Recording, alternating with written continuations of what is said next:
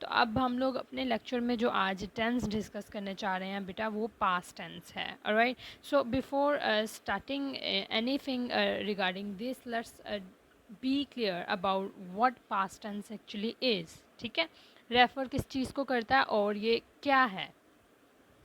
अब past tense जो है वो बेसिक अगर हम इसके बारे में देखें तो हमारे जहन में ये चीज़ आ जाती है, ओके जी माजी से रिलेटेड कोई चीज़ है। But what if I just ask you about the definition of past tense. Okay okay okay, just define within one line what is past tense, how you people are going to define it. किस तरह से करोगे इसको, let's see. So you can simply say that in past simple tense, finished action with no connection to the present is found। ठीक है, इस तरह के एक्शन होते हैं हमारे पास्ट के। अगर हम सिंपल टेंस की बात करते हैं, यानी अगर हम पास्ट इंडेफिनेट की बात करते हैं, तो हमें फेल माजी में वो वाले काम मिलते हैं जिसमें वो तमाम एक्शन पाया जाता है, वो सारा काम होता है जिसका प्रेजेंट से कोई लेना देना नहीं होता। समझ आ रही है बात? ठीक है, और सीरीज ऑफ फिनिश्ड एक्शंस जो हैं बेटा वो हमें मिलते हैं।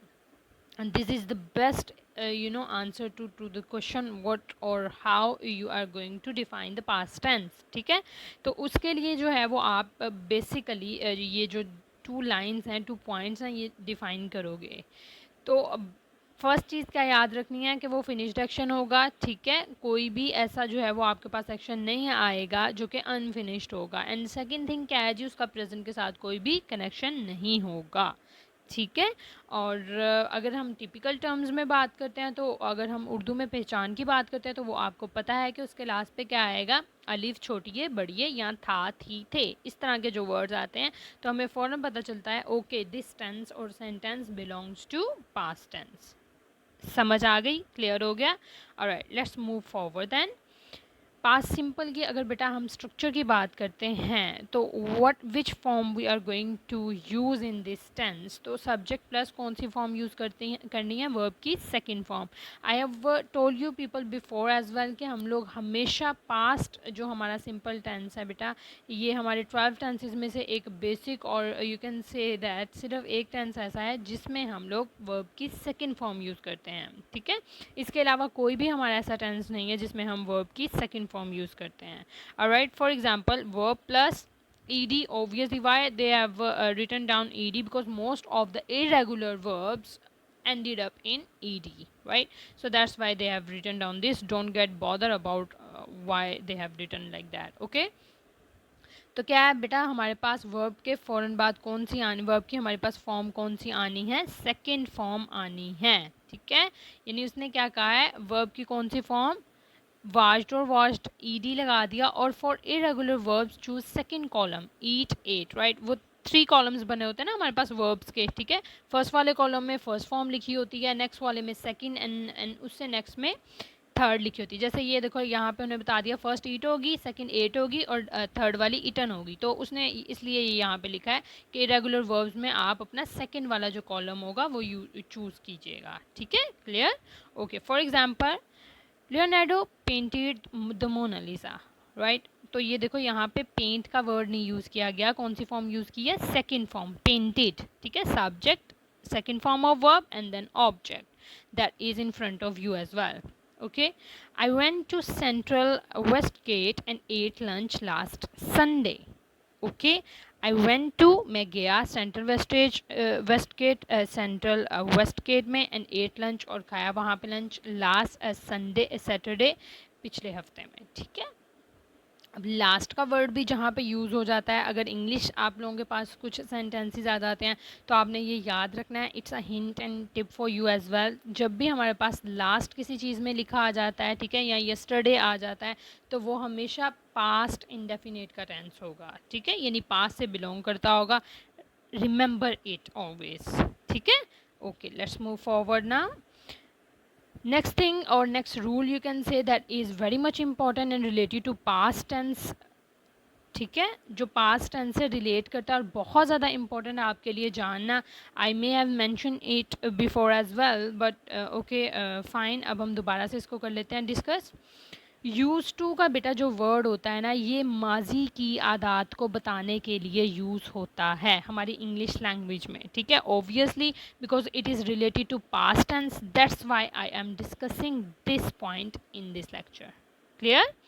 ऑलराइट, अब यूज़ टू को हमने यूज़ किस तरह से करना है? हाँ, इंटरेस्टिंग ना, यूज़ टू को यूज़ कैसे करना है। एनीवे, स्ट्रक्चर क्या है जी हमारे पास बेटा इसका यूज़ करने का? सब्जेक्ट लिखेंगे सबसे पहले, then use to plus verb की फर्स्ट फॉर्म इन्फिनेटिव के साथ, ठीक है। और ये हमें पता है सबको कि जब हम वर्ब के साथ टू लगा देते हैं तो वो क्या बन जाता है? I need to go there, और इस तरह से वो इन्फिनेटिव बन जाता है। इन्फिनेटिव के साथ हमें पता है जी हमेशा हमारे पास वर्ब की फर्स्ट फॉर्म आती है, ठीक है ना। Okay, now they have also defined जो है इन्फिनेटिव, आपको रिमाइंड करने के लिए कि इन्फिनेटिव क्या है, ठीक है। The infinitive form of a verb is the base form of a verb, ठीक है। एक तो वर्ब की फॉर्म होती है ना, जो इन्फिनेटिव होती है वो बेस फॉर्म ऑफ वर्ब होती है। Why? Because we do put to with that, ठीक है। Okay, now just listen to it very much carefully. We use this expression to talk about habits or repeated actions in the past which we don't do in the present, and use it for something that was true but no longer is. ठीक है, हम इसको क्यों use करते हैं बेटा? कि वो सारी हैबिट्स, उन आदतों के बारे में बताने के लिए, या वो सारे एक्शंस, वो सारी हरकतें या वो सारे काम जो हम माजी में करते थे और जो अब हम नहीं करते, ठीक है। समझ आ रही है बात? जो अब हम नहीं करते, माजी में जो सारी चीज़ें की जाती थी या करते थे, वो उस चीज़ के बारे में बताने के लिए जो है वो यूज़ किया जाता है, ठीक है। और इसको जो है वो हम इसलिए भी यूज़ करते हैं कोई ऐसी बात बताने के लिए जो कि तब तो सच थी या तब थी और अब नहीं है। सही है ना? I hope it is clear for you, to you. Alright, now examples, ठीक है। I use to have long hair. Now you people can relate it. Girls तो बहुत सारी रिलेट कर सकती हैं इस एग्जाम्पल के साथ, इजंट इट? हाँ। ओके, ना आई हैव शॉर्ट हेयर, ठीक है। अब देखो ये दोनों पॉइंट को उन्होंने क्यों किया है जी, इसमें एक्सप्लेन। फर्स्ट है I use to have long hair, it means that she or he was having long hair in the past and she or he is not having long hair any more, ठीक है। Present में नहीं है, पास में थे, that's why she or he is mentioning it. Alright, so they used to live in India, now they don't live in India, ठीक है। they used to, वो रहते थे, अब वो वहाँ नहीं रहते, that's why they are using the word used to with this line or within this sentence. It is more clear now. Okay, next one is be और गेट यूज टू। स्लैश का वर्ड हम तभी use करते हैं, ये याद रखना है बेटा, जब दोनों में से कोई भी वर्ड यूज़ किया जा सकता है, ठीक है। अगर किसी को नहीं पता, that's why I have mentioned it, मतलब ये भी यूज़ कर सकते हैं, ये भी यूज़ करते हैं, तो इट डजेंट मैटर। ओके, तो अब हम बी और गेट का वर्ड जो है वो यूज़ टू के साथ क्यों लगाते हैं या ये क्यों यूज़ होता है? Obviously because it is also related to past, ठीक है।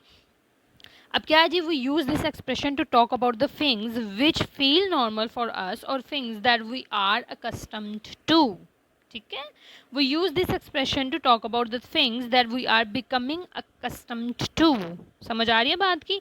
यानी जब हम लोग बी का वर्ड यूज़ करेंगे हमारे यूज़ टू के साथ, ठीक है, तो वो हम क्यों यूज़ कर रहे होंगे? तब यूज़ करेंगे कि वो सारी चीज़ें जो हमारे लिए नॉर्मल हैं, ठीक है। माइट बी पॉसिबल वो चीज़ें दूसरे लोगों के लिए नॉर्मल नहीं है, लेकिन वो हमारे लिए नॉर्मल है, that's why we are using the word be with that, ठीक है। और नेक्स्ट वाले में हम लोग गेट का वर्ड इसलिए यूज़ करेंगे यूज़ टू के साथ, for example get use to और गेटिंग यूज टू या बी यूज टू, ठीक है, इस तरह से यूज़ होता है ये। तो गेटिंग यूज टू का मतलब हो रहा है हो रही हूँ, ठीक है ना, कि जिसके आदि हम हो रहे हैं उस बात के लिए। ऑलराइट, ओके जी, इसका स्ट्रक्चर क्या होता है बेटा? सबसे पहले हम सब्जेक्ट लगाते हैं, then plus be plus noun और जेरन, ठीक है। नाउन और अब what is gerund? Gerund is a verb ending in ING but it has the same function as a noun, it means half verb and half noun, ठीक है। हम पहले ही अपने एक लेक्चर में ये थॉरली डिस्कस कर चुके हैं, तो अब इसकी एग्जाम्पल्स देखते हैं। I am use to getting up early, ठीक है, getting up early is normal for me. अब क्या है? I am use to getting up early, ठीक है। गेटिंग अप अर्ली जो है वो नॉर्मल है मेरे लिए, मैं जो हूँ वो सुबह सवेरे उठती हूँ। नेक्स्ट वन क्या है हमारे पास, I am getting use to driving on the right, driving on the right is becoming normal for me. तो फर्स्ट वाला क्या है जी, हमारे पास I am use to getting up early, it means getting up early is normal for me. तो ये नहीं है कि वो अकस्टम्ड हो रही है इस चीज़ के लिए, ठीक है, ये वो है जो आदत हो चुकी है, ठीक है, ये उसके लिए नॉर्मल है। और नेक्स्ट जो लाइन है हमारे पास, I am getting use to, ठीक है, driving on the right, it means कि ये आदि बन रही है, हो रही है, ये हो रहा है, जो भी है, ठीक है। I hope it's clear to you now, so let's move forward to our paragraphs. Okay जी, हमारा पैराग्राफ जो आज का 9 है वो क्या है, एक दफ़ा दो दोस्त सफ़र पर रवाना हुए। Once two friends set out on a journey, ठीक है, सफ़र पर। ये हमारा जो पैराग्राफ है ना, ये पूरा स्टोरी टेलिंग पे है, जिस तरह से हम अपनी पास की स्टोरीज लिखते हैं उन पे, ठीक है। उन्होंने एक दूसरे से वादा किया कि वो एक दूसरे की मुसीबत में मदद करेंगे। अब देखो यहाँ पे हमारे पास विल शैल का भी यूज़ होगा, ठीक है। They promised to help each other in trouble. Okay, अब हम इसको जो है, अब यहाँ पे देखो उन्होंने बिल्कुल भी जो है वो उसका यूज़ नहीं किया विल शैल का, ठीक है। मैं आपको इसलिए ये बताना चाह रही थी कि आपको पता चल जाए। नॉर्मली जब हम इस तरह के सेंटेंस को यूज़ मतलब पढ़ते हैं तो हमें लगता है हाँ यहाँ पे यूज़ हो जाएगा। तो देखो ये स्ट्रक्चर सेंटेंस का यहाँ पे इस तरह से बनाया गया है कि अगर हम नहीं भी यूज़ करें तो हमारा जो सेंटेंस है वो बिल्कुल परफेक्ट है। ऐसा ही है ना, ऐसा है या नहीं है, बिल्कुल ऐसा ही है, ठीक है। यहाँ पे इस तरह भी कर सकते हैं, they promised to stand by each other through thick and thin, ठीक है। ओके, नेक्स्ट क्या है जी हमारा, वो एक जंगल में पहुँचे। दे रीच्ड इन अ जंगल और इन अ वुड, इन्होंने एक रीछ को अपनी तरफ आते देखा। Okay, they saw a bear coming towards them. Okay, इनमें से एक भागा और दरख्त पर चढ़ गया, ठीक है। One of them ran, second form of verb, and climbed up a tree, second form of verb, ठीक है। इसका दोस्त दरख्त पर ना चढ़ सका, वो लेट गया और दम साध लिया, मीन्स उसने जो है वो एक्टिंग की that he is a dead, he is no more. So his friend could not climb up the tree. अब यहाँ पे अगर हमारे पास प्रेजेंट होता हमने क्या यूज़ करना था, can, but because we are discussing past tense तो यहाँ पे हमने क्या यूज़ किया, कुड। ही ले डाउन, वो लेट गया, एंड हेल्ड हिज ब्रेथ, और अपनी सांस को जो है वो साध लिया, ठीक है। वो क्या मतलब होता है इसका कि वो he is just acting like he is dead. So that was all, let's discuss the next one. शहर आने से पहले हम गांव में रहते थे, ठीक है। अब देखो ये एक ऐसी बात है जिसमें हम लोग बता रहे हैं कि इससे पहले हम ये करते थे, तो ये किससे रिलेट कर रहा है, ज़रा सोचो जल्दी से, यूज टू के पॉइंट पे। Yes, very good. So here before coming to the city we lived in a village, ये बिल्कुल ठीक है, but we can also make it like that, we used to live in a village before coming to city, ठीक है, इस तरह भी कर सकते हो। गांव में हम बहुत खुश थे, हम सुबह सवेरे उठते थे, मुंह हाथ धोकर नमाज पढ़ते, फिर सरसब्ज खेतों में सैर के लिए जाते। अब देखो बेटा ये सारी वो चीज़ें हैं, वो हैबिट्स हैं जो वो पास में करते थे, but they are not at all doing it right now. समझ आ रही है, ठीक है। वी वर वेरी हैप्पी, अब यहाँ पे आप ये भी लिख सकते हो, यहाँ पे we use to get up early in the morning, ठीक है, ये भी ठीक होगा। We got up early in the morning, ये भी ठीक है, ठीक है। After doing ablution we use to offer prayer and then went to the lush green fields for a walk, ठीक है।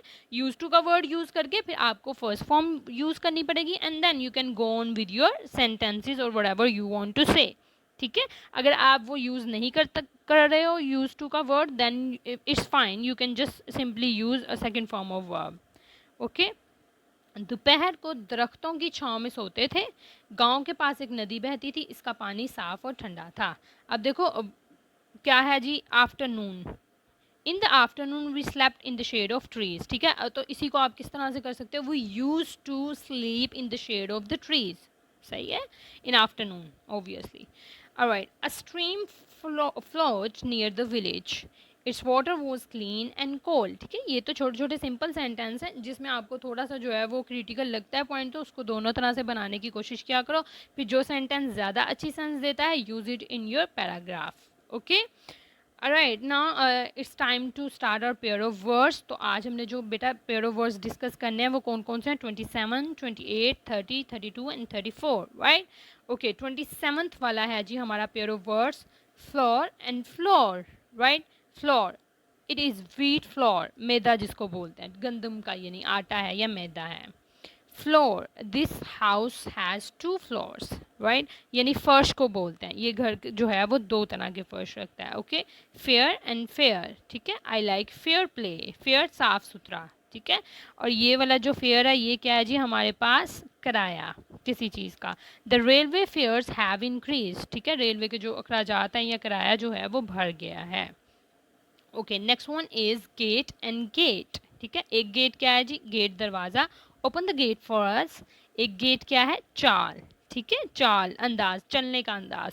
She has a graceful gait, उसका चलने का अंदाज या उसकी चाल जो है वो बहुत खूबसूरत है, ठीक है। हील एंड हील, हील भर जाना, ये जो हील है ये एड़ी को बोलते हैं, ठीक है। Heal, his wound will heal soon, ठीक है, इसका जख्म जो है वो जल्द भर जाएगा। हिज हील वॉज वाउंडेड, उसकी जो एड़ी है वो जख्मी थी, ठीक है। Okay, last but not least is idle and idol, ठीक है, idle and idol. Do not sit idle, ये वाला आइडल क्या होता है? बेकार बैठना, यानी बेकार। आइडल बुत को बोलते हैं, he is an idol worshipper, ठीक है, ये बुतों की पूजा कर, वो बुतों की पूजा करता है। I hope all these things are clear to you, girls and boys, and that was all for today's lecture. Now, let's come to the points that should be noted by you. Don't forget the tenses you have learned. हम हर paragraph करते हुए जब अपना tense करते हैं बेटा उनको बिल्कुल भी नहीं भूलना, ठीक है। Keep revising the tense in your mind before making any sentence. जो रूल्स, जो टेंसेज आप पढ़ चुके हैं, जब भी आपके सामने कोई पैराग्राफ आता है तो उसको ध्यान से पढ़ा करो and then look for it, ठीक है। देखा करो, अच्छा इस सेंटेंस को अगर मैं इस तरह से बनाता हूँ या बनाती हूँ तो वो कैसा रहेगा। दो अगर आपके पास सेंटेंस सेम सेंस में आते हैं और आपको लग रहा है कि हाँ ये करेक्ट है, डोंट बॉदर और don't hesitate to use any of them, ठीक है। Don't give up writing your own stuff. मैं हमेशा कहती हूँ फ्री राइटिंग के लिए जाओ। अभी इन डेज़ में तो आपके पास इतना टाइम है, just do write anything, whatever comes to your mind, just do write, ठीक है। Use this pair of words in your daily routine. Obviously daily routine में आप जितना ज़्यादा बेटा इन वर्ड्स को यूज़ करोगे उतना ज़्यादा आपकी मेमोरी में लॉन्ग लास्टिंग टाइम पीरियड के लिए ये वर्ड्स, ये चीज़ें, ये मीनिंग्स, ये कॉन्सेप्ट्स रहेंगे, ठीक है। Okay, good luck for each and everything. इंशाल्लाह we will meet in our next lecture.